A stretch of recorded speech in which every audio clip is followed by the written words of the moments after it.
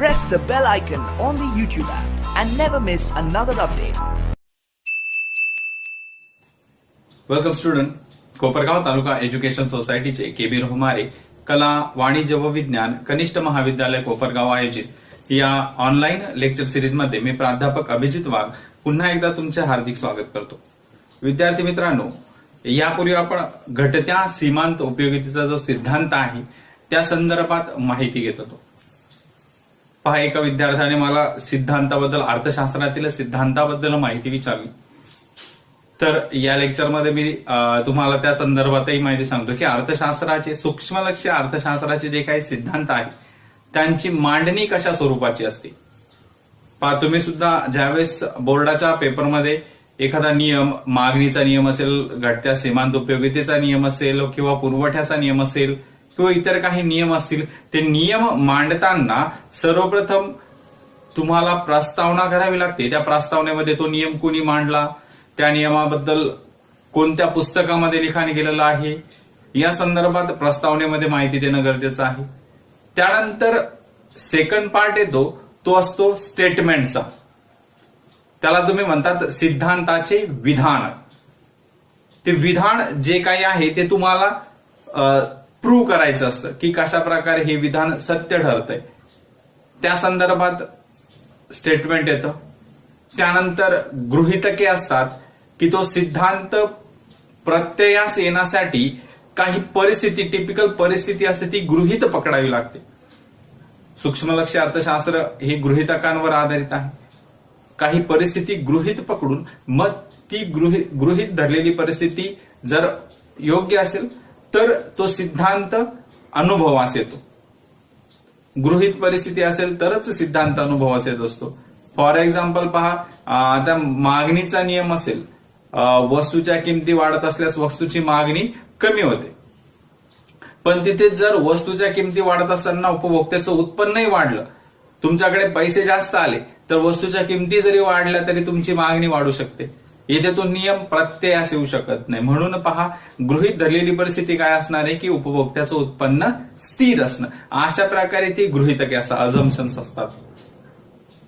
मग ती टिपिकल गृहीत धरलेली परिस्थिती विचारात घेऊन मग सिद्धांत पुढे सॉल्व्ह केला जातो. मग तो सिद्धांत सॉल्व्ह करण्यासाठी तुम्हाला चार्ट आणि आलेखाचं विश्लेषण असतं. जसं आपण पाहिलं की घटत्या सीमांत उपयोगितेचं आधी स्टेटमेंट घेतलं. इतर परिस्थिती स्थिर असताना उपभोक्त्याजवळ असणाऱ्या वस्तूच्या साठ्यात जसजशी वाढ होत जाते तसतसे वाढीपासून मिळणारे अतिरिक्त समाधान क्रमशः कमी कमी होत जाते. यालाच घटती सीमांत उपयोगिता असे म्हणतात. जे सॅटिस्फॅक्शन आहे त्याला तुम्ही, अतिरिक्त समाधान आहे त्याला तुम्ही मार्जिनल युटिलिटी, सीमांत उपयोगिता असे म्हणतात. जसं उपभोग घेतला जातो किंवा वस्तूंचा साठा वाढविला जातो तसतसं वाढीव नगापासून मिळणारी जी सीमांत उपयोगिता आहे, मार्जिनल युटिलिटी आहे, ती क्रमशः कमी कमी होत जाते. मग त्यासाठी तुम्ही आलेखाचा वापर केला, चार्टचा वापर केला, आलेखाचा वापर केला. पहा, मग कोणताही सिद्धांतासाठी सर्वात पहिलं तुम्हाला सांगितलं प्रस्तावना, सेकंड नंबर येतं स्टेटमेंट, त्यानंतर गृहीतके, त्यानंतर चार्ट, आलेख, आणि त्यानंतरचा जो शेवटचा भाग येतो सिद्धांत पूर्ण होण्यासाठी, तो आहे अपवादांचा. की अशी परिस्थिती की जेथे हा सिद्धांत प्रत्ययास येत नाही, अपवादात्मक परिस्थिती. मग अपवाद म्हणजे काय की जे स्टेटमेंट आहे, आता इथे स्टेटमेंट काय सांगताय की इतर परिस्थिती स्थिर असताना व्यक्तीजवळ असणाऱ्या वस्तूच्या साठ्यात जसजशी वाढ होत जाते तसतसे वाढीपासून मिळणारे अतिरिक्त समाधान म्हणजेच सीमांत उपयोगिता क्रमशः कमी कमी होत जाते. हे स्टेटमेंट आहे. पण इथे अपवाद काय होणार की जसजसा उपभोग घेतला जाणार तसतसा वाढीव नगापासून मिळणारे समाधान कमी होण्याऐवजी जर वाढत असेल तर अशी जी परिस्थिती आहे तिला तुम्ही म्हणतात अपवादात्मक परिस्थिती. मग घटत्या सीमांत उपयोगितेच्या सिद्धांताचे जे काही अपवाद आहे ते आपणास आजच्या लेक्चरला पाहायचे आहे. पहा, तुम्हाला पुन्हा एकदा मी जे लॉ आहे किंवा जो नियम आहे घटत्या सीमांत उपयोगितेचा किंवा अर्थशास्त्राचे इतर सर्व नियम, त्या नियमांची मांडणी कशी, सर्वात पहिला आहे प्रस्तावना, नंतर स्टेटमेंट, त्यानंतर येतो स्टेटमेंटला तुम्ही म्हणतात सिद्धांताचे विधान, त्यानंतरचा भाग येतो गृहीतके, त्यानंतरचा भाग येतो आलेख, चार्ट आणि आलेख, त्याचं विश्लेषण, चार्ट आणि आलेखचं विश्लेषण, आणि लास्ट वनचा भाग येतो अपवाद. या सर्व भागांना मिळून एक सिद्धांत पूर्ण होत असतो. म्हणजे कुठलाही सिद्धांत मांडला तर त्याला स्टेटमेंट असतं, त्याला गृहीतके असतात, त्याला आलेख, चार्ट असतो, आणि त्याचं जे स्पष्टीकरण आहे आलेख आणि चार्टचं, आणि त्यानंतरचा भाग राहतो लास्टचा, तो आहे अपवादात्मक परिस्थिती, जो आपण आजच्या लेक्चरमध्ये पाहणार आहोत. घटत्या सीमांत उपयोगितेच्या सिद्धांताचे अपवाद. पहा, जर घटत्या सीमांत उपयोगितेच्या सिद्धांताचे अपवाद पाहायचे असतील, अशी परिस्थिती की जी अपवादात जी सिद्धांताला लागूच होत नाही, मग अशी परिस्थिती कोणकोणती आहे? सर्वात पहिलं पहा, तुमच्या पाठ्यपुस्तकामध्ये घटत्या सीमांत उपयोगितेच्या सिद्धांताचा पहिला अपवाद दिलेला आहे छंद. पहा, प्रत्येक व्यक्तीला काही ना काही छंद असतो की पोस्टाची तिकिटे गोळा करण्याचा, विविध नाणी गोळा करण्याचा, पुस्तक वाचण्याचा, म्युझिक, संगीत ऐकण्याचा, असे वेगवेगळे छंद असतात. मग या छंदामध्ये समजा पोस्टाची तिकिटे गोळा करण्याचा छंद असेल, प्रत्येक नव्या तिकिटापासून मिळणारी जी सीमांत उपयोगिता आहे किंवा सॅटिस्फॅक्शन आहे ते अतिरिक्त असणार आहे. पहिल्या तिकिटापासून मिळणारं समाधानापेक्षा दुसऱ्या तिकिटापासून मिळणारं जे समाधान आहे ते अतिरिक्त असणार आहे. पहिलं पुस्तक वाचलं तुम्ही, त्या पुस्तकापेक्षा दुसरं पुस्तक वाचल्यावर मिळणारं जे सॅटिस्फॅक्शन आहे ते जास्त असणार आहे. म्हणजे इथे काय होतं, सीमांत उपयोगिता वाढते. पहिल्या नगाच्या तुलनेत दुसऱ्या नगामध्ये सीमांत उपयोगिता वाढलेली दिसते. म्हणून पहा, घटत्या सीमांत उपयोगितेचं जे स्टेटमेंट आहे, इतर परिस्थिती स्थिर असताना वस्तू व्यक्तीजवळ उपलब्ध असणाऱ्या वस्तूच्या साठ्यात जसजशी वाढ होत जाते तसतसे वाढीपासून मिळणारी अतिरिक्त उपयोगिता, त्याला तुम्ही म्हणतात सीमांत उपयोगिता, ती क्रमशः कमी कमी होत जाते. यालाच घटती सीमांत उपयोगिता असे म्हणतात. मग हे स्टेटमेंट आहे. पण इथे काय होतंय की छंदामध्ये अतिरिक्त तिकीट जसजसं येत जातं तसतशी सीमांत उपयोगिता वाढत जाते. म्हणूनच पहा, तुम्हाला इथे स्क्रीनवर दिसत आहे की घटत्या सीमांत उपयोगितेच्या सिद्धांताचा पहिला अपवाद छंद. पहा, इथे तुमच्या पुस्तकात सांगितलंय, पोस्टाची विविध तिकिटे, दुर्मिळ नाणी व दुर्मिळ चित्रे यांचा संग्रह करणे, संगीत ऐकणे, पुस्तकाचे वाचन करणे यासारख्या छंदांबाबत हा सिद्धांत अनुभवास येत नाही. कारण त्यांच्या साठ्यात जसजशी वाढ होत जाते तसं जे सॅटिस्फॅक्शन आहे, जे समाधान आहे, जी सीमांत उपयोगिता आहे ती टप्प्याटप्प्याने वाढत जाते. पण जर आपण बारकाईने इथे विचार केला, पहा, आपण सिद्धांतामध्ये दोन महत्वाचे गृहीतके धरले आहे की एकजिन्सीपणा आणि सातत्य. आता पहा, तिकीट जर सर्व सारखीच तिकीट जर तुम्हाला मिळाली तर त्या येणाऱ्या अतिरिक्त तिकिटापासून मिळणारं समाधान तुमचं वाढणार नाही. त्यासाठी तुम्ही काय करतात, पोस्टाची वेगवेगळी तिकीटं गोळा करतात. म्हणून इथे पहा, पहिली एक गृहीत परिस्थिती आपण धरली होती की एकजिन्सीपणा. उपभोगासाठी निवडलेल्या वस्तू रंगरूप, आकार, चव, गंध इत्यादी बाबतीत सारख्या असणं गरजेचं आहे असं गृहीत धरलं होतं. पण पोस्टाच्या तिकिटाच्या बाबतीत तो एकजिन्सीपणा निदर्शनास येत नाही. त्यानंतर पहा, सातत्यता. आता समजा पुस्तक आहे, पहिलं पुस्तक वाचलं आणि त्यानंतर दुसरं पुस्तक वाचलं तर त्या पुस्तकापासून जो मिळणारा सॅटिस्फॅक्शन आहे ते जास्त होणार. पण जर समजा तुम्ही पुस्तकाचं एकच पान सतत वाचत गेला, समजा पुस्तकामधला एकच धडा आहे तो तुम्ही सातत्याने वाचला, तर प्रत्येक वेळेस तुमचं समाधान वाढणार नाहीये. पहिल्या वेळेस वाचल्यावर तुम्हाला जे समाधान मिळालं त्यापेक्षा सेकंड टाइम वाचल्यावर मिळणारं समाधान कमीच राहणार आहे. म्हणजे टप्प्याटप्प्याने सॅटिस्फॅक्शन कमी होणार. म्हणून पहा, इथे सातत्य हे एक गृहीतक महत्वाचं आहे. आणि छंदाच्या बाबतीत एकजिन्सीपणा आणि सातत्य या दोन गृहीतकांचं उल्लंघन होतं. म्हणून तसं पाहिलं तर छंद हा अपवाद घटत्या सीमांत उपयोगितेच्या सिद्धांताला लागू होत नाही. पण तरी देखील तुमच्या पुस्तकामध्ये छंद हा एक अपवाद घटत्या सीमांत उपयोगितेच्या सिद्धांताला सांगितलेला आहे. संगीताच्या बाबतीतही पहा, एखादं गाणं असेल, तुम्ही जर सातत्याने एकच गाणं, तुम्ही म्युझिक ऐकताय, प्रत्येक नवीन गाण्यापासून मिळणारं जे सॅटिस्फॅक्शन आहे ते तुमचं वाढत जातं, घटती सीमांत उपयोगिता वाढत जाते. पण एकच गाणं जर सातत्याने तुम्ही ऐकत गेलात तर नक्कीच त्या गाण्याला तुम्ही बोर होणार, नंतर तुम्ही म्हणणार की आता नाही दुसरं गाणं लाव. म्हणजे इथे काय झालं की तुमची सीमांत उपयोगिता कमी झालेली निदर्शनास आली.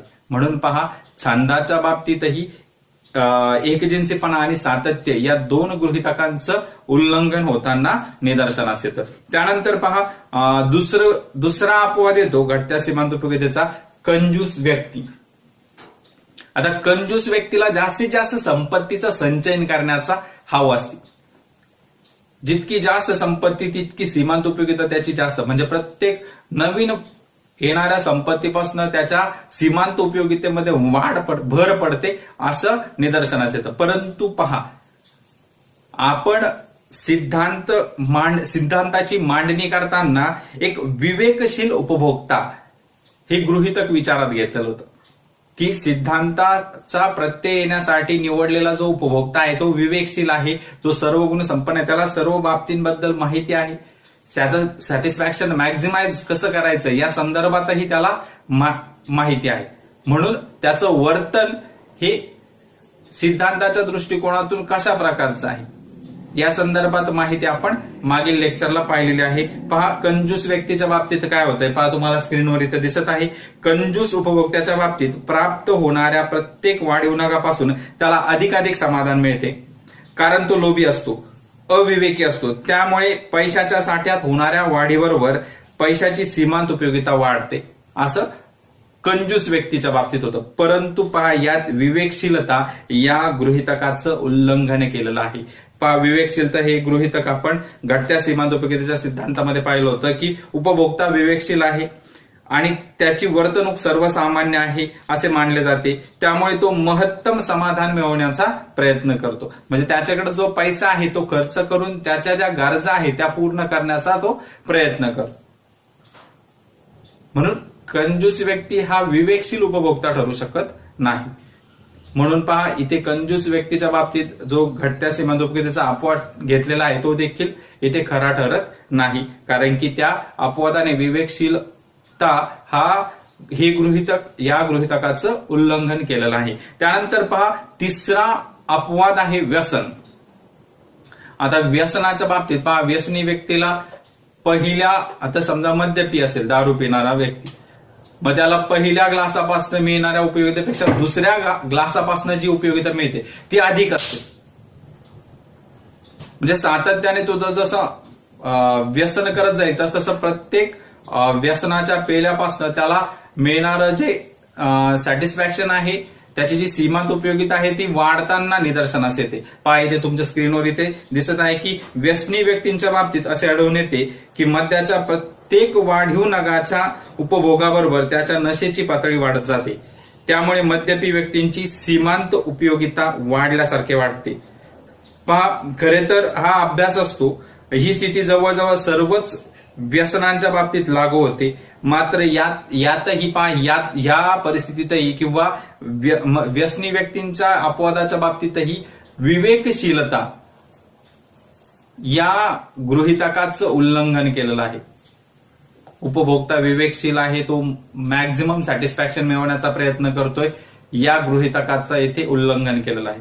पहा, व्यसनी व्यक्तीच्या बाबतीत जर आपण नीट विचार केला की सुरुवातीला त्याला प्रत्येक व्यसनाच्या किंवा मद्याच्या प्रत्येक सुरुवातीच्या प्यालापासून जी उपयोगिता मिळते त्यापेक्षा अधिक उपयोगिता त्याला दुसऱ्या प्यालापासून मिळते असं गृहीत धरलं जातं. परंतु येथे देखील पहा, व्यसनी व्यक्तीच्या बाबतीत विवेकशीलपणा हा निदर्शनास येत नाही. तो सॅटिस्फॅक्शन मॅक्झिमाइज करण्याचा विचार कधीच करत नाही. समाधानाचं महत्तमीकरण करण्याचा विचार तिथे केला जात नाही. म्हणूनच विवेकशीलता या गृहीतकाचं येथे उल्लंघन होतं. त्यानंतर चौथा अपवाद आहे सत्ता, पॉवर. जितकी सत्ता अधिक काळ असेल तितके ती सत्ता जास्तीत जास्त काळ टिकवण्याचा प्रयत्न केला जात असतो. पहा, सत्तेच्या बाबतीत व्यक्तीला जसजशी सत्ता प्राप्त होते तसतशी सत्तेची लालसा वाढत जाते. ती जास्तीत जास्त सत्ता मिळवण्याचा प्रयत्न करतो. परंतु येथे देखील विवेकशील उपभोक्ता या गृहीतकाचं उल्लंघन झालेलं आहे. विवेकशील उपभोक्ता हे जे गृहीतक आहे पहा, उपभोक्ता विवेकशील आहे असं त्याची वर्तणूक सर्वसामान्य आहे असं ग्राह्य धरलं जातं. तो महत्तम समाधान मिळवण्याचा प्रयत्न करतो असं देखील विवेकशील उपभोक्ता या बाबतीत ग्राह्य धरलं जातं. आणि सत्तेच्या बाबतीत पहा, जर एखादा सत्तेला लालसी असेल तो सत्ता सोडतच नसेल. जितकी जास्त काळ सत्ता असेल तितकी त्याची सीमांत उपयोगिता वाढतच जाते. पण तो विवेकशीलपणा त्याच्या अंगी निदर्शनास येत नाही. त्यानंतर पहा पैसा, पाचवा अपवाद आहे घटत्या सीमांत उपयोगितेच्या सिद्धांताला. पैसा पाहिजे तुम्हाला स्क्रीनवर दिसत आहे. पैशाची सीमांत उपयोगिता कधीही शून्य होत नाही. लक्षात ठेवा, पैशाची सीमांत उपयोगिता कधीही शून्य होत नाही. पैशाच्या साहाय्याने तुम्ही अनेक गरजा तुमच्या पूर्ण करत असतात. त्यामुळे प्रत्येक गरज भागवण्यासाठी पैशाची जी उपयोगिता आहे तुमची वाढतच जाणार आहे.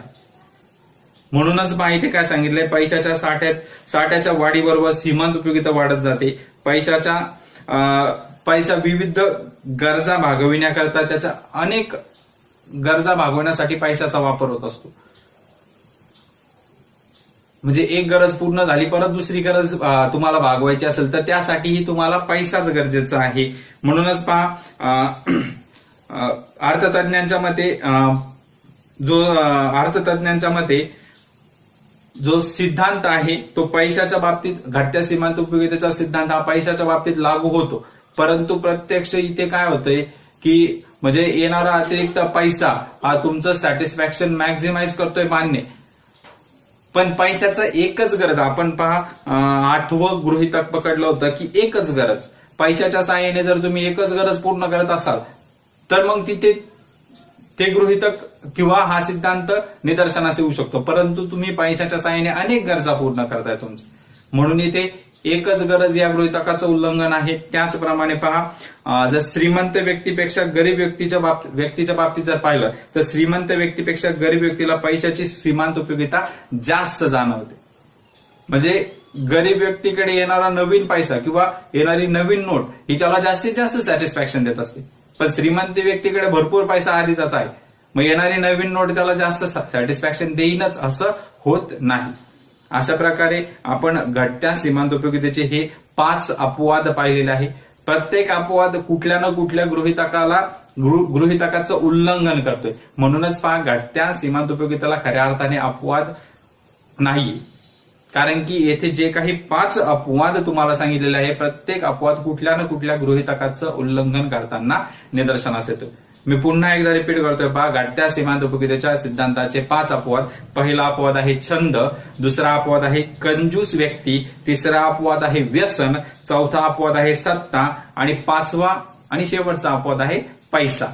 तर अशा प्रकारे आपण घटत्या सीमांत उपयोगितेचा सिद्धांत पाहिलाय. पहा, या सिद्धांताचे अपवाद आहे, पण ते कोणत्या ना कोणत्या गृहीत परिस्थितीचं उल्लंघन करत असल्यामुळे घटत्या सीमांत उपयोगितेचा अपवाद खरे अपवाद नसून केवळ भासमान अपवाद आहे असं तुमच्या पुस्तकामध्ये नमूद केलेलं आहे. म्हणजे हे जे अपवाद सांगितलेले आहे ते भासमान अपवाद आहे, ते खरे अपवाद नाहीये. कारण की त्या अपवादांच्या साहाय्याने गृहीतकांचं उल्लंघन झालेलं निदर्शनास येतं. तर अशा प्रकारे आजच्या या लेक्चरमध्ये आपण घटत्या सीमांत उपयोगितेच्या सिद्धांताचे 5 अपवाद पाहिले. लेक्चर आवडल्यास लाईक, शेअर आणि सबस्क्राईब करायला विसरू नका. लेक्चरमध्ये जे काही पॉईंट सांगितलेले आहे 5, ते 5च्या 5 पॉईंट सिद्धांताचं जे स्टेटमेंट आहे, इतर परिस्थिती स्थिर असताना उपभोक्त्याजवळ असणाऱ्या वस्तूच्या साठ्यात जसजशी वाढ होत जाते तसतसे वाढीपासून मिळणारे अतिरिक्त समाधान किंवा त्याला तुम्ही म्हणतात मार्जिनल युटिलिटी, सीमांत उपयोगिता ही क्रमशः कमी कमी होत जाते. यालाच घटती सीमांत उपयोगिता असे म्हणतात. हे स्टेटमेंट आणि सिद्धांताचे 5 अपवाद ते प्रत्येकाने युट्यूबच्या कमेंट बॉक्समध्ये मेन्शन करायचे. लेक्चर स्टार्ट टू एंड पर्यंत पाहिले त्याबद्दल सर्वांचे धन्यवाद.